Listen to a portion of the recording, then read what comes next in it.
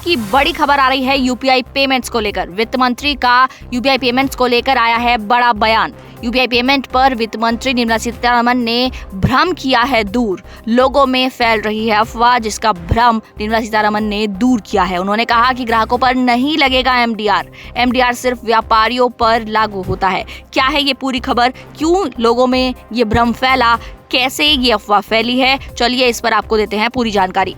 केंद्रीय वित्त मंत्री निर्मला सीतारमण ने गुरुवार को वरिष्ठ कांग्रेस नेता जयराम रमेश द्वारा taxation and other laws amendment bill 2026 की आलोचना पर पलटवार किया है। उन्होंने कहा कि उन्हें यूपीआई लेन देन से जुड़ी प्रस्तावित परिवर्तनों यानी कि बदलावों के बारे में अफवाह नहीं फैलानी चाहिए और उसे फैलाने से बचना चाहिए।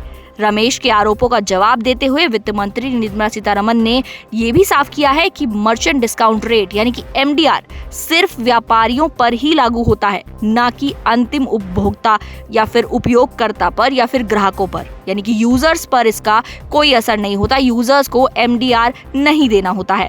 मंत्री ने कहा कि इस कदम से बैंकों और फिनटेक कंपनियों को बुनियादी ढांचों, इनोवेशन और सुरक्षा में ज्यादा निवेश करने में भी मदद मिलेगी, जिससे आखिरकार सभी यूपीआई यूजर्स को इन निवेशों का फायदा भी मिलेगा।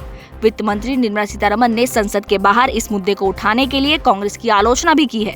मंत्री ने कहा कि अगर पार्टी ने लोकसभा और राज्यसभा में विधेयक पेश होने के समय रचनात्मक रूप से यानी कि क्रिएटिव रूप से भाग लिया होता तो इस मामले पर सदन में ही चर्चा की जा सकती थी। वित्त मंत्री का ये भी कहना है कि अगर पार्टी विधेयक पेश होने के समय क्रिएटिवली अच्छे तरीके से वहां पर इस पर बातचीत करती तो इन सभी मुद्दों पर आराम से चर्चा हो सकती थी, लेकिन इसे सदन के बाहर ले जाया गया। इससे पहले जयराम रमेश ने आरोप लगाया था कि प्रस्तावित संशोधन उस स्टैट्यूटरी गारंटी को हटाता है जिसके तहत यूपीआई लेन देन टैक्स फ्री रहे हैं, जिससे कि भविष्य में यानी कि आने वाले समय में डिजिटल भुगतानों यानी कि डिजिटल पेमेंट्स पर एमडीआर लगाने का रास्ता खुल जाता है। कांग्रेस नेता ने सरकार के इस तर्क को भी खारिज कर दिया कि यूपीआई को आर्थिक रूप से टिकाऊ बनाने के लिए एमडीआर लगाना जरूरी है। उनका मानना है कि इसे लगाना जरूरी नहीं है। उन्होंने तर्क दिया कि भारतीय रिजर्व बैंक के पास व्यापारियों और उपभोक्ताओं पर कोई एक्स्ट्रा बोझ डाले बिना देश के डिजिटल भुगतान बुनियादी ढांचे को समर्थन देने के लिए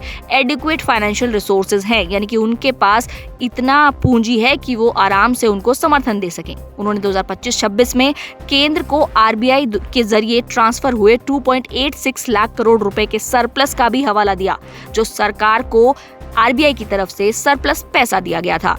अब इस मुद्दे पर आगे क्या होता है इसकी जानकारी हम आपको जरूर देंगे, लेकिन फिलहाल ये बात साफ है कि ग्राहकों को यूपीआई पेमेंट्स पर कोई चार्ज नहीं देना होगा। एमडीआर जिसकी बातें पिछले कुछ दिनों से चल रही थी, यानी कि मर्चेंट डिस्काउंट रेट, ये सिर्फ व्यापारियों पर ही लागू होता है, एंड यूजर्स इसे नहीं देंगे।